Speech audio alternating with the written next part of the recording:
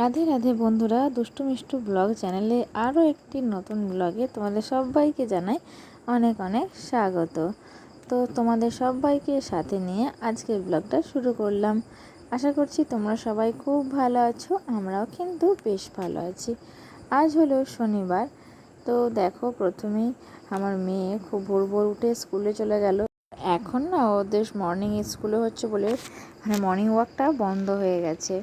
তো খুব উঠে রেডি হতে তারপর 6টার সময় তো স্কুলে বেরিয়ে যেতে হয়। তো মেয়েদিকে স্কুলে বেরিয়ে গেল আর আমি এদিকে আমার কাজকর্মে লেগে পড়লাম। তো আজকে ভাবলাম যে ডাইনিংটা একটু ঝেড়ে দেবো, কারণ এদিকে সেদিকে লাইটের কাছে না একটু করে ঝুল হয়েছে। তো সেই জন্য আর কি একটু ঝেড়ে দিলাম।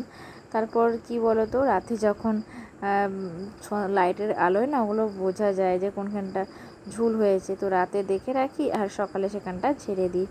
তো আমি না এই ঝুল ধুলো একদম পছন্দ করি না, কিন্তু কি বলো তো, ছেলের জন্য না সময় করে উঠতে পারি না। তো হয়তো কি বলো তো, সব সময় না বাড়িঘর মনে হয় গুছিয়ে বাগিয়ে পরিষ্কার করে রাখি। তো যাই হোক, এদিকে ঝাড়পাটটা দিয়ে দিলাম আর ছেলে কিন্তু ঘুমাচ্ছে। তো সেই জন্য না আমার রুমের লাইটটা অন করিনি, তো লাইটটা অফ রেখে ঝাড়পাট দিয়ে আর এদিকে বাইরে বেরিয়ে এলাম। তো ছেলে ঘুমালে না একটু ভয় লাগে, মনে হয় যদি উঠে পড়ে তাহলে আর বাকি কাজগুলো হবে না।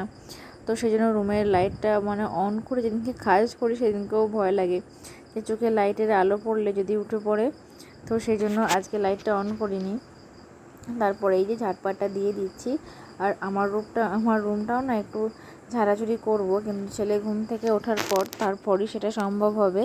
তো ছেলে ঘুম থেকে উঠুক। তো ছেলে মোটামুটি 6:30টার দিকে ঘুম থেকে উঠে পড়েছিল। তো আমি জাস্ট ঝাড়পাটা দিয়ে আর তোমাদের দাদাভাই আর আমি সকালে ব্রেকফাস্টটা করছিলাম, তো তখনই ছেলে ঘুম থেকে উঠে পড়লো। তো যাই হোক, এদিকে দেখো মেয়ের অনেকগুলো খাবার টিফিনে, তখন সকালে স্কুল হচ্ছে বলে না টিফিন বিশেষ কিছু বানিয়ে দিচ্ছি না। তো এই চিড়ে ভাজা, কেক, বিস্কিট এগুলোই টিফিনে নিয়ে যায় আর বাড়িতে এসে তখন জলখাবারের খাবারটা খায়। তো একটা কৌটোর মধ্যে রেখে দিলাম, না হলে কি বলো তো, এগুলো না ওলঢাল হয়ে যাবে। তো মোটামুটি আজকে শনিবার বলে টিফিন নিয়ে যায়নি। তো সোমবার থেকে আবার এই চিড়ে ভাজা না হলে কেক অল্টারনেশন করে নিয়ে যাবে। তো মাঝে মধ্যে যদি সময় হয় তখন টিফিন বানিয়ে দেব। তো অসুবিধা হচ্ছে, ভোরবেলায় উঠে যদি টিফিন বানাতে যাই তাহলে না এই বাসি ঘরে ঝাড় দেওয়া মোছা এগুলো হবে না। তো তখন টিফিন বানাতে তো অনেকটা সময় লাগবে, আর তা করতে করতে ছেলে ঘুম থেকে উঠে পড়বে।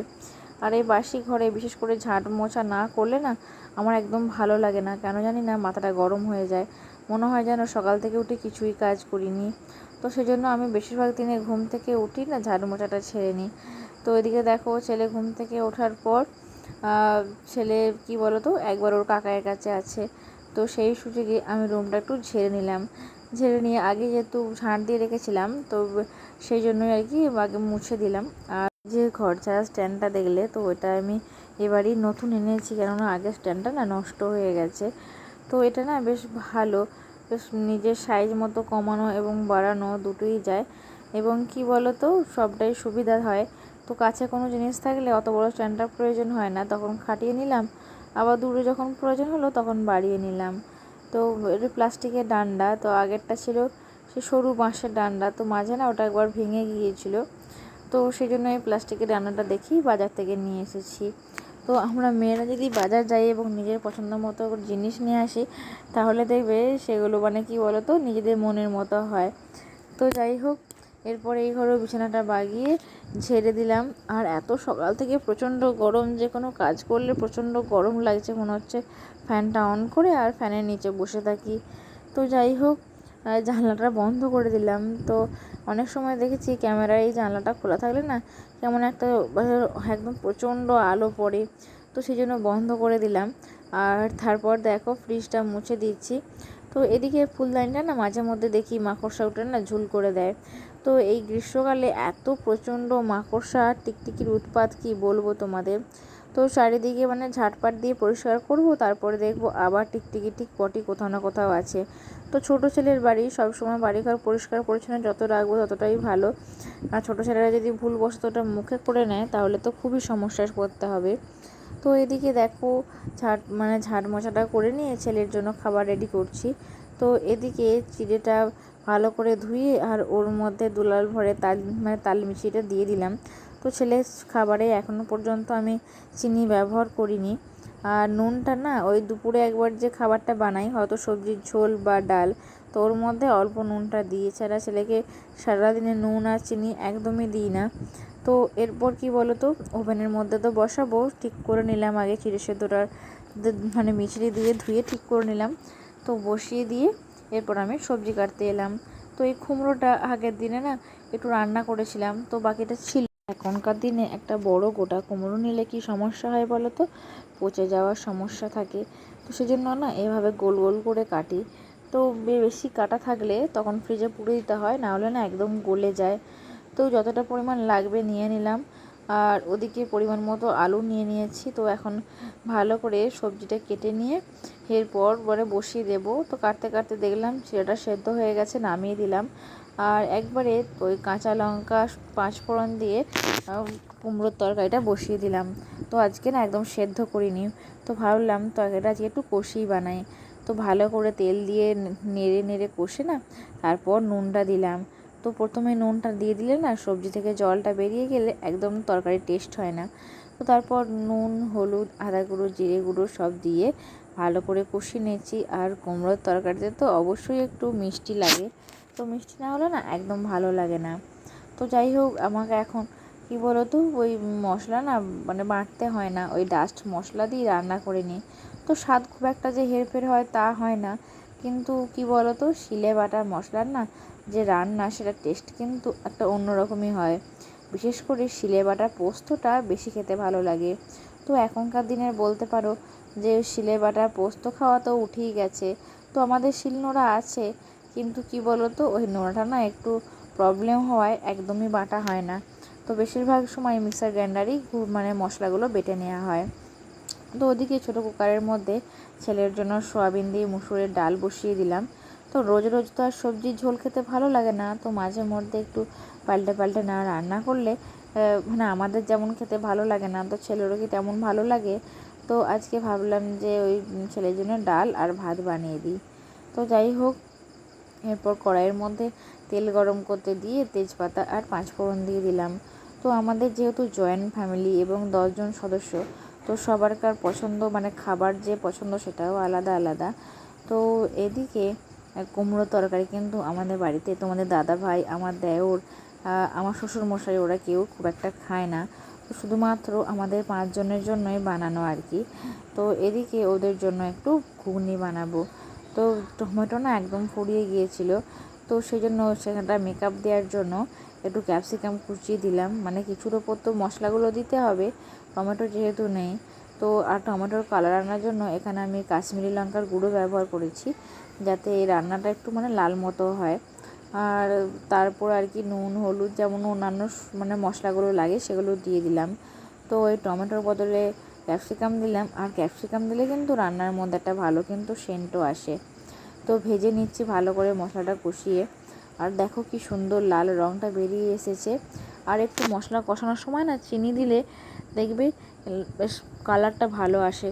তো এরপর সেদ্ধ করে রাখা মটর কলাই আর গাজরটা দিয়ে দিলাম। আর কি বলো তো, আলুটা না আলাদা রেখেছি। তো এখানে আমি আলু কুচিয়ে দিইনি, তো গোটা গোটা 4টে আলু সেদ্ধ করে রেখেছিলাম, সেটা তুলে রেখেছি, এবং গাজরটা না একটু মেরে দিলাম। তো গোটা আলু আর এরকম গাজর দিয়ে ঘুগনি না বেশ ভালো লাগে জানো তো।